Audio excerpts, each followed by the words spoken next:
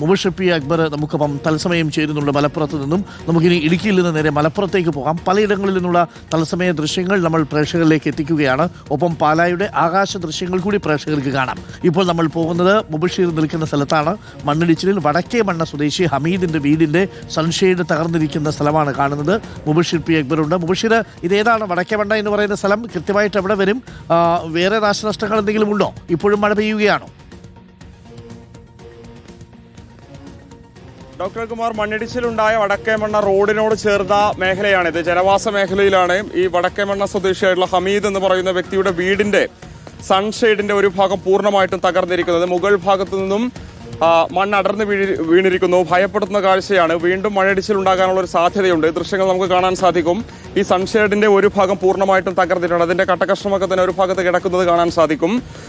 ഉയർന്ന മേഖലയിലുള്ള വീടുകളാണ്. സ്വാഭാവികമായിട്ടും ഇവിടെ വലിയ ഭീഷണി നിലനിൽക്കുന്നുണ്ടെന്നുള്ള നാട്ടുകാർ നേരത്തെ തന്നെ ചൂണ്ടിക്കാണിക്കുന്നതാണ്. കനത്ത മഴ ഇന്ന് പുലർച്ചയോടുകൂടി ആരംഭിച്ച ഘട്ടത്തിലാണ് ഇവിടെ മണ്ണിടിച്ചിലുണ്ടാവുകയും ഈ വീടിനുൾപ്പെടെ കേടുപാടുകൾ സംഭവിക്കുകയും ചെയ്തിരിക്കുന്നത്. തൊട്ടപ്പുറത്ത് ഏകദേശം 50 മീറ്റർ അകലെയാണ് ഈ കോട്ടക്കൽ മലപ്പുറം സംസ്ഥാന പാതയിൽ മണ്ണിടിച്ചിലുണ്ടായി ഗതാഗതം പൂർണ്ണമായിട്ടും തടസ്സപ്പെട്ടിരിക്കുന്നത്. വാഹനങ്ങൾ കടന്നു പോകാൻ കഴിയാത്തൊരു സാഹചര്യമുണ്ട്. അതോടൊപ്പമാണ് ഈ ജനവാസ മേഖലയിലെ നാട്ടുകാർക്ക് തന്നെ വലിയ ആശങ്കയായിക്കൊണ്ട് ഇവിടെ മണ്ണിടിച്ചിലും ഉണ്ടായിരിക്കുന്നത്. വീടിന്റെ ഒരു ഭാഗം തകർന്നിരിക്കുന്നു.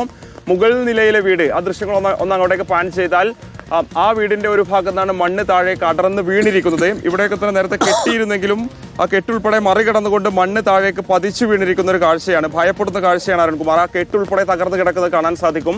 സ്വാഭാവികമായിട്ട് ഇനിയും മണ്ണിടിച്ചിലുണ്ടാകാനുള്ള സാധ്യതയുണ്ട് എന്നുള്ളതാണ് വീട്ടുകാരൊക്കെ തന്നെ പറയുന്നത്. ആ സൺഷെയ്ഡിന്റെ ഒരു ഭാഗമാണ് തകർന്നിരിക്കുന്നതും അപകട ഭീഷണി ഇപ്പോഴും ഈ മേഖലയിൽ തുടരുന്നുണ്ട്. മലപ്പുറം ജില്ലയെ സംബന്ധിച്ച് രാവിലെ മുതൽ ആരംഭിച്ച കനത്ത മഴയാണ്. അത് ആ നിലയിൽ തന്നെ തുടരുകയാണ്. തീരദേശ മലയോര മേഖലകൾ വ്യത്യാസമില്ലാതെ കനത്ത മഴ തുടരുന്നു. പുളിക്കൽ, മോങ്ങം ഉൾപ്പെടെയുള്ള കൊണ്ടോട്ടി ഭാഗങ്ങളിൽ കനത്ത മഴയെ തുടർന്ന് റോഡിൽ വെള്ളക്കെട്ട് രൂപപ്പെട്ടിട്ടുണ്ട്. ഗതാഗതം